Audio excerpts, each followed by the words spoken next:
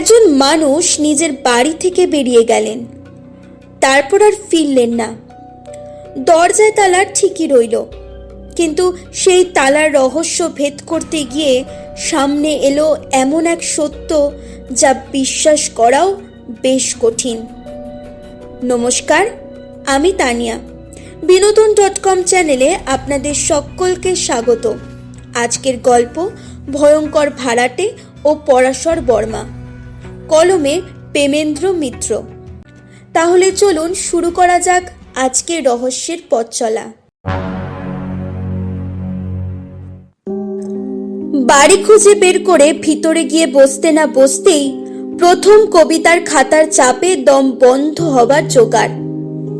একটি দুটি নয়, 5-5টি মোটা বাঁধানো খাতা, আর প্রত্যেকটি খাতা আগাগোড়া কবিতায় ঠাসা। প্রথম খাতা খুলে প্রথম কবিতা পড়েই চক্ষু স্থির। কবিতাটির নমুনা, যদি বলো মাঝরাতে ঘুম যেই ভেঙে যায়, ছটফট করো শুধু বিছানায়, আমি বলি ভাব নাকি। ঘুম যদি নাহি আসে, ছাদে গিয়ে দাঁড়াও না খাড়া পায়ে, দেখবে শহর ঘুমে মগ্ন। দূরে কোথা গাড়ি চলে যাচ্ছে, ঠিক যেন মাঝে মাঝে চিৎ খয়ে শুতে গিয়ে ঘর ঘর নাকতার ডাকছে। বিছানায় নিঃসারে ছাড় পোকা মশারা যেভাবে কামড় দিতে ব্যস্ত, চোর বাটপার আর বদমাস জেঠা যত, কোথা নেই কেউ অলস্ত। আহা কিবা মনোহর তারাদের ঝিকমিক, মনে হয় আকাশেতে কারা করে পিকনিক। আমি তাই বলি মিছে, যেও নাকো ঘাবড়িয়া, মাঝে মাঝে মন্দ কি হলে ইনসোমনিয়া। কবিতাটি শেষ করে খাতা থেকে মুখ তোলার আগেই লেখকের সলজ্জ মন্তব্য শোনা গেল, আমি একটু আধুনিক ধরনের লিখি, তা নিশ্চয়ই বুঝতে পারছেন। যারা এ লেখা পড়ছেন তারাও এতক্ষণে বোধহয় বুঝেছেন যে এ কবিতার লেখক পরাশর বর্মা ছাড়া আর কেউ নয়। নিজের গরজে তারই বাড়ি খুঁজে আজ সকালে এসে পৌঁছাবা মাত্রই তিনি আনন্দে এমন গদগদ যে আসল কথাটা বলবার এখনো সময় পায়নি। খিদিরপুরের একটি গলির ভিতর বাড়ি। দরজায় গিয়ে কড়া নাড়তে হঠাৎ একেবারে কানের কাছে ভারী গলায়, কাকে চান? শুনে চমকিয়া উঠেছি। কাছে পিঠে তো কেউ নেই। এই অশরীরী ধাক্কাতেই মুখ থেকে আপনা হতে বেরিয়ে গেছে, আগে পরাশর বর্মাকে। নাম বলুন আপনার। আবার সেই ভুতুড়ে আওয়াজ। নামটা বলার পরই দরজাটা যেন মন্ত্র বলে খুলে গেছে, কিন্তু ওধারেও তো কেউ নেই। সত্যিই ঢুকবো না এইখান থেকে সরে পড়বো ভাবছি।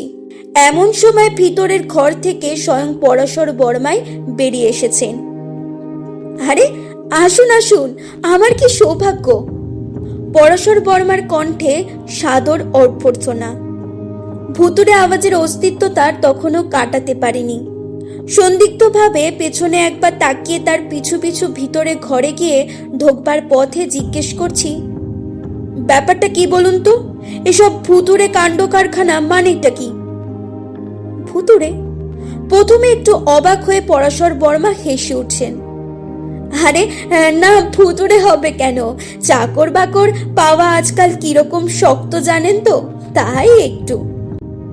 বৈজ্ঞানিক ব্যবস্থার পরিচয় তার বাড়িতে, তারপর আরো অনেক পেয়েছি, কিন্তু সে প্রসঙ্গ আজ থাক। সেখানে তারপর ঢুকেছি। সাদাসিধে ভাবে সাজানো সেটি সাধারণ বসবার ঘর, শুধু চেয়ার টেবিলের বদলে দেশি ধরনের নিচু গদি দেওয়া বসবার আসন। তার একটিতে বসতে না বসতেই আক্রমণ শুরু হয়েছে। পরাশর বর্মা এই ঘরে বসেই বোধহয় কাব্য চর্চা করছিলেন। ঘরটার চারিদিকে আমার চোখ বোলানো শেষ হতে না হতেই দেখি সামনে বাঁধানো খাতাগুলি উপস্থিত। পরাশর প্রথম খাতাটি তুলে নিয়ে আমার হাতে দিয়ে বললেন, আপনি নিজে থেকে আমার খোঁজ করতে আসবেন ভাবতেই পারিনি, কিন্তু এসেছেন যখন তখন আপনাকে সব না পড়িয়ে ছাড়ছি না। কি খাবেন বলুন, চা না কফি? বিমূঢ়ভাবে খাতাগুলোর দিকে চেয়ে চা না কফি সায় দিয়েছি মনে নেই। ভদ্রতার খাতিরে প্রথম খাতাটা হাতেও তুলে নিতে হয়েছে। তারপর নামবার অবসর আর পাইনি। একেবারে কবিতার শিলাবৃষ্টির সামনে চলছে। নমুনা আগেই দিয়েছি, আরও একটি না তুলে দিয়ে পারছি না। পরাশর বর্মার এটি নাকি অত্যন্ত প্রিয় কবিতা। কবিতার নাম পকৌড়ি। পকৌড়ি নিয়ে কোনো সাহিত্য আধ্যাত্মিক কবিতা অন্তত কেউ লিখেছেন বলে আমার জানা নেই। পকৌড়ি, তুমি অতি তুচ্ছ, আশা তব নয় মোটে উচ্চ। কি তেলে যে ভাজা হও নাহি তব পরোয়া, তবু তব স্বাদ কভু পায় নাকো ঘরোয়া। তেলে ভাজা বেসন কি ডাল বাটা যাই হোক, তুমি সুলভতম রসনার সম্ভোগ। ঔষধের রহস্য কি কোন মশলায়, জানলে এ দুনিয়ার সব গোল মিটে যায়। রাস্তার ধুলি সে কি সকলের মারানো, ভেজাল তেলের গুণ বারবার পোড়ানো। শুধু তাই নয়, আছে আরো বিশেষত্ব, জনগণ মন দিয়ে খুঁজে তত্ত্ব। কবিতার স্রোতে যখন হাবুডুবু খাচ্ছি এমন সময় কফি এলো। এবার আর ভৌতিক কায়দায় নয়, রক্ত মাংসের চাকরের হাতে কাঠের ট্রের উপরে। কফির পেয়ালা হাতে নিয়ে একটু ফাঁক পেয়ে আসল কথাটা পারলাম। আপনার কাছে একটা বিশেষ দরকারে এসেছিলাম পরশর বাবু। ঠিক আছে, তার জন্য কিছু ভাববেন না। যে কটা কবিতা আপনার পছন্দ হয় সব আপনি নিয়ে যেতে পারেন বলে পরাশর বর্মা আবার কবিতা পড়বার উপক্রম করলেন। সন্তুষ্ট হয়ে বললাম, আগে কবিতা সে তো নেবই, কিন্তু তার আগে আমার কথাটা যদি একটু শোনেন। একটা রহস্যের কিনারা করতে আপনার সাহায্য চাই। বেশ তো, বেশ তো, কি রহস্যটা বলেই ফেলুন না বলে পরাশর বর্মা ভরসা দিলেন। কিন্তু ওই ভরসা পর্যন্তই। তার আর একটি কবিতা তখন পড়া শুরু হয়ে গেছে। উপায় নেই, তাই ওই কবিতার ফাঁকে ফাঁকে কোনো রকমে ঘটনাগুলো তাকে জানালাম। তার কানে কথাগুলো গেল কি না তাই সন্দেহ। ফল যে কিছু হবে সে আশা তখন আর নেই। মনে মনে এই কাব্য পাগলা মানুষটার কাছে রহস্যের মীমাংসা করতে আশাটাই আহম্মকি হয়েছে বলে নিজেকে এখন দোষ দিচ্ছি। কবে কি সামান্য একটা রহস্যের কিনারা করেছিল বলে তার বুদ্ধিশুদ্ধির সম্বন্ধে অত উচ্চ ধারণা করাই অন্যায় হয়েছে মনে হচ্ছিল। রহস্যের মীমাংসার আর দরকার নেই। এই লোকের হাত থেকে ছাড়া পেলেই এখন বাঁচি। নিজের বক্তব্য শেষ হবার পর ভদ্রতার খাতিরে আরো ঘণ্টাখানেক কবিতা শুনে মাথা যখন ঝিমঝিম করছে তখন একটু ফাঁক পেয়ে বললাম, আজ আবার একটু কাজ আছে পরাশর বাবু, তাই এখন না উঠলে নয়। বেশ একটু হতাশ হয়ে পরাশর বাবু বললেন, এখনই উঠবেন? কিন্তু সবে তো একটা খাতাই মোটে শেষ হয়েছে। সভয়ে অন্য খাতাগুলোর দিকে চেয়ে বললাম, একটা খাতাতেই যা পেলাম তাই আগে সামলাই দাঁড়ান। এত ভালো জিনিস সব একসঙ্গে হজম করতে পারবো না যে। কথাটার মধ্যে বিদ্রুপের সুরটা খুব প্রচ্ছন্ন ছিল না। পরাশর বাবু খুশি হয়ে বললেন, তা ঠিক বলেছেন, আবার একদিন শোনানো যাবে, কি বলেন?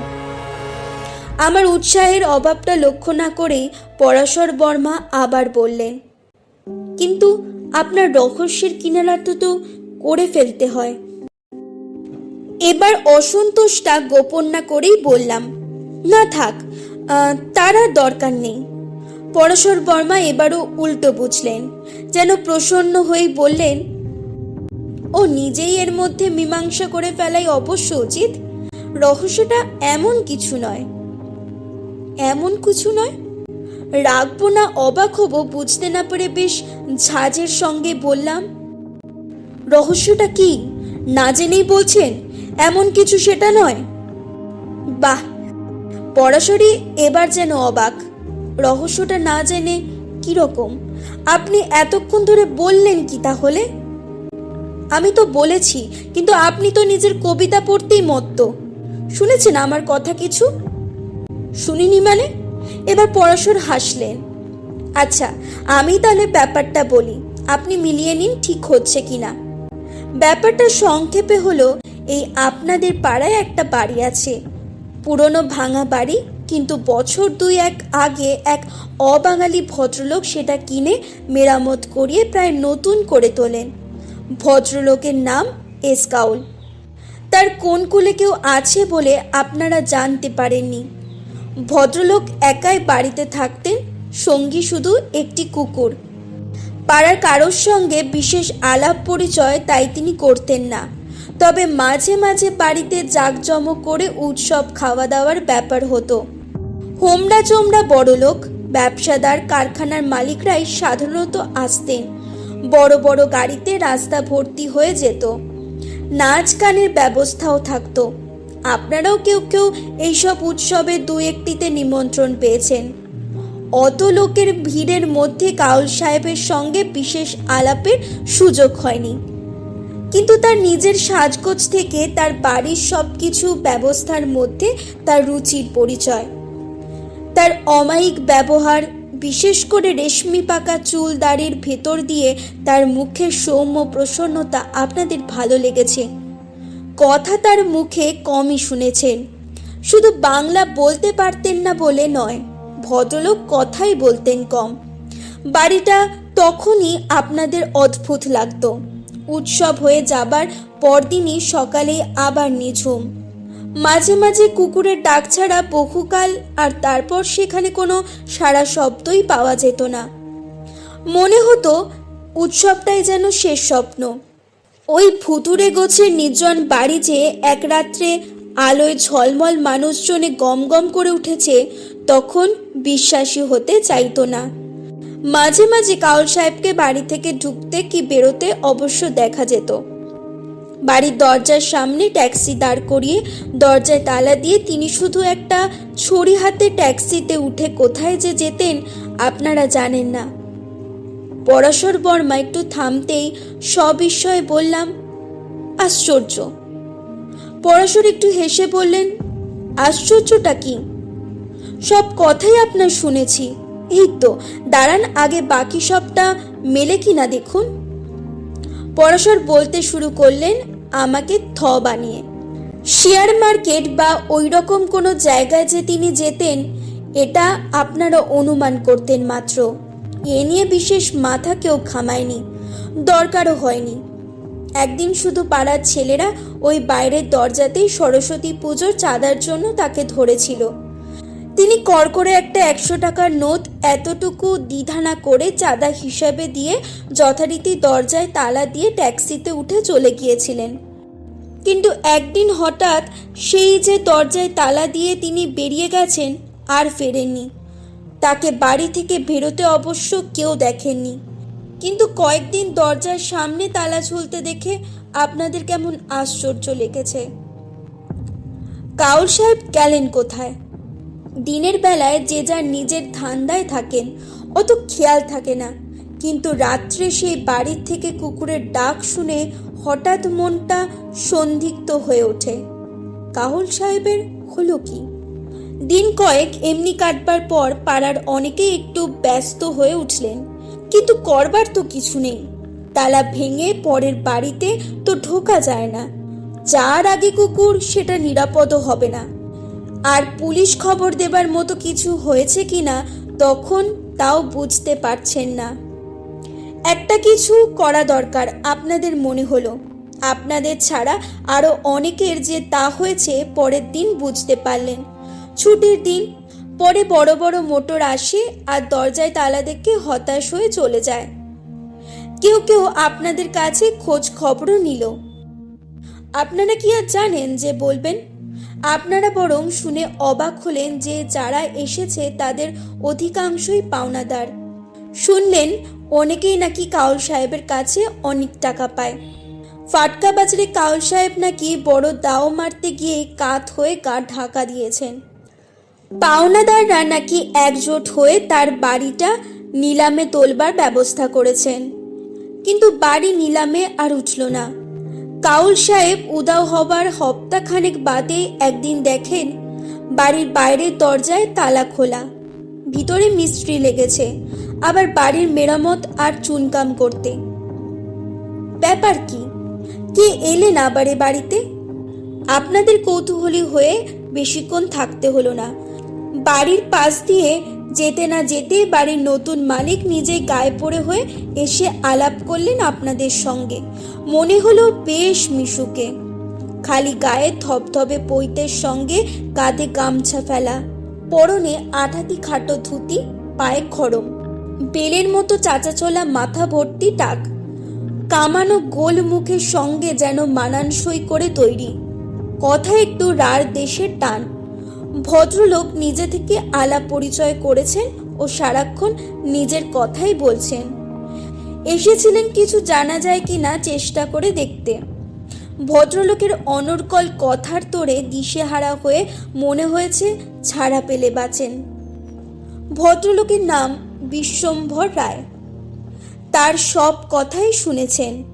কাউল সাহেবের তার সব পাওনাদারদের মতো তিনিও কেমন করে ফাঁকে পড়তে বসেছিলেন।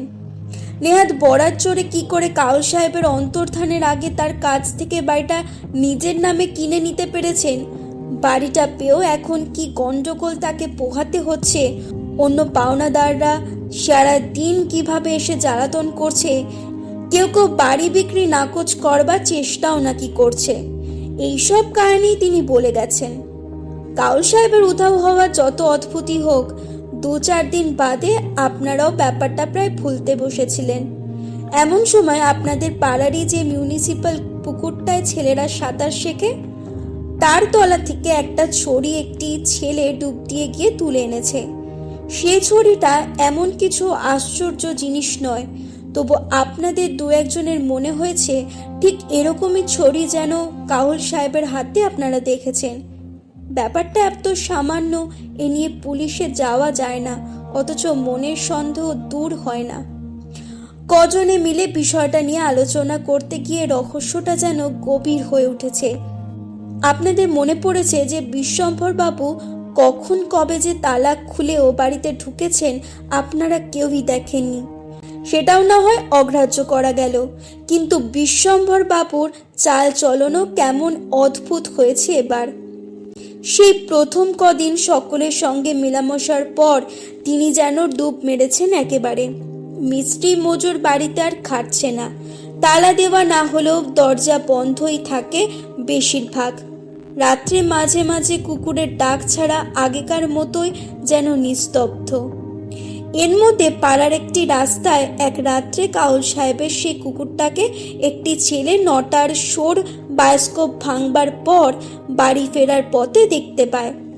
বিশ্বম্ভর বাবুকেও নাকি গভীর রাত্রে কেউ কেউ ব্যস্ত সমস্ত হয়ে নির্জন রাস্তায় হাঁটতে দেখেছে। তাকে অনুসরণ করতে গিয়ে কিন্তু ফল হয়নি কিছু। তিনি যেন বুঝতে পেরে এদিক ওদিক ঘুরে বাড়িতেই ফিরে এসেছেন। সমস্ত ব্যাপারটা জড়িয়ে আপনাদের মনে একটা দারুণ সন্দেহ জট পাকিয়ে উঠেছে। কাউল সাহেব সত্যি দেনার দ্বারে পালিয়েছেন, না তার অন্তর্ধান হওয়ার ব্যাপারে অন্য কোনো রহস্য আছে। কাউল সাহেবের সঙ্গে বিশ্বমবাবুর সম্পর্কটা কিও কতটা তা নিয়েও আপনাদের মনে সন্দেহ জেগেছে। শুধু নিজেদের মনের এই সন্দেহ নিয়ে পুলিশের কাছে যাওয়া এক্ষুনি সঙ্গত হবে কি ঠিক করতে না পেরে আমার কাছে এসেছেন। কেমন? উত্তর দেবার আগে বেশ কিছুক্ষণ অবাক হয়ে পরাশর বর্মার দিকে তাকিয়ে রইলাম। তারপর বললাম, আপনি ঠিকই ধরেছেন, সমস্ত ব্যাপারটা মোটেই স্বাভাবিক মনে হচ্ছে না। সাংঘাতিক কিছু এর ভিতর থাকতে পারে বলে মনে হচ্ছে, তাই না? বাধ্য হয়ে স্বীকার করলাম যে আমাদের আশঙ্কা সেই রকম। পরাশর বর্মা গম্ভীর হয়ে খানিক চুপ করে থেকে বললেন, যেমন কাউল সাহেব পালিয়ে যায়নি, তাকে কেউ হয়তো সরিয়ে ফেলেছে। পুকুর থেকে ছড়িটা পেয়ে এই রকম অনুমানই হয়। উৎসাহিত হয়ে বলে উঠলাম, আমরা ঠিক তাই ভেবেছি। শুধু ছড়িটা পাওয়া গেল, লাশটা কেন পাওয়া যায়নি তাই বুঝতে পারছি না। লাশটা তো বাড়ির ভেতরেই থাকতে পারে। পরশের গলা অত্যন্ত গম্ভীর। অবাক হয়ে বললাম, বাড়ির ভিতর? তাহলে তাহলে লাশ আর খুনে দুই যাতে ধরা পড়ে তার ব্যবস্থা এক্ষুনি করা দরকার বলে পরশর পাশের ফোনটা তুলে নিলেন। ও কি, ফোন করছেন কোথায়? সবিস্ময়ে জিজ্ঞাসা করলাম। ততক্ষণে ফোনের নাম্বার ঘোরানো হয়ে গেছে। হ্যালো বলে পরশর যার নাম করলেন, তিনি যে পুলিশের গোয়েন্দা বিভাগের মস্ত বড় কর্মচারী তা জানি বলে আমি আরও অবাক। বিম্নভাবে পরশরের ফোনের আলাপ শুনতে লাগলাম। হ্যাঁ, আমি পরাশর। না না, গদাধর না, পরাশর। হ্যাঁ, পরাশর বর্মা, কবি পরাশর বর্মা। না না, কবিতা শোনাতে ডাকছি না, ডাকছি তোমাদেরই একটু উপকার করতে।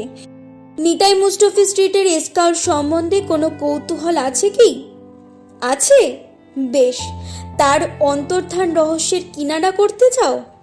কাউল সাহেবকে কেউ সরিয়েছে সন্দেহ করছো? ভালো ভালো, আমাদের কৃত্তিবাস বাবুরও সেই মত। কৃত্তিবাস বাবুকে চিনবে না ঠিক, সাহিত্যের খবর তো রাখো না।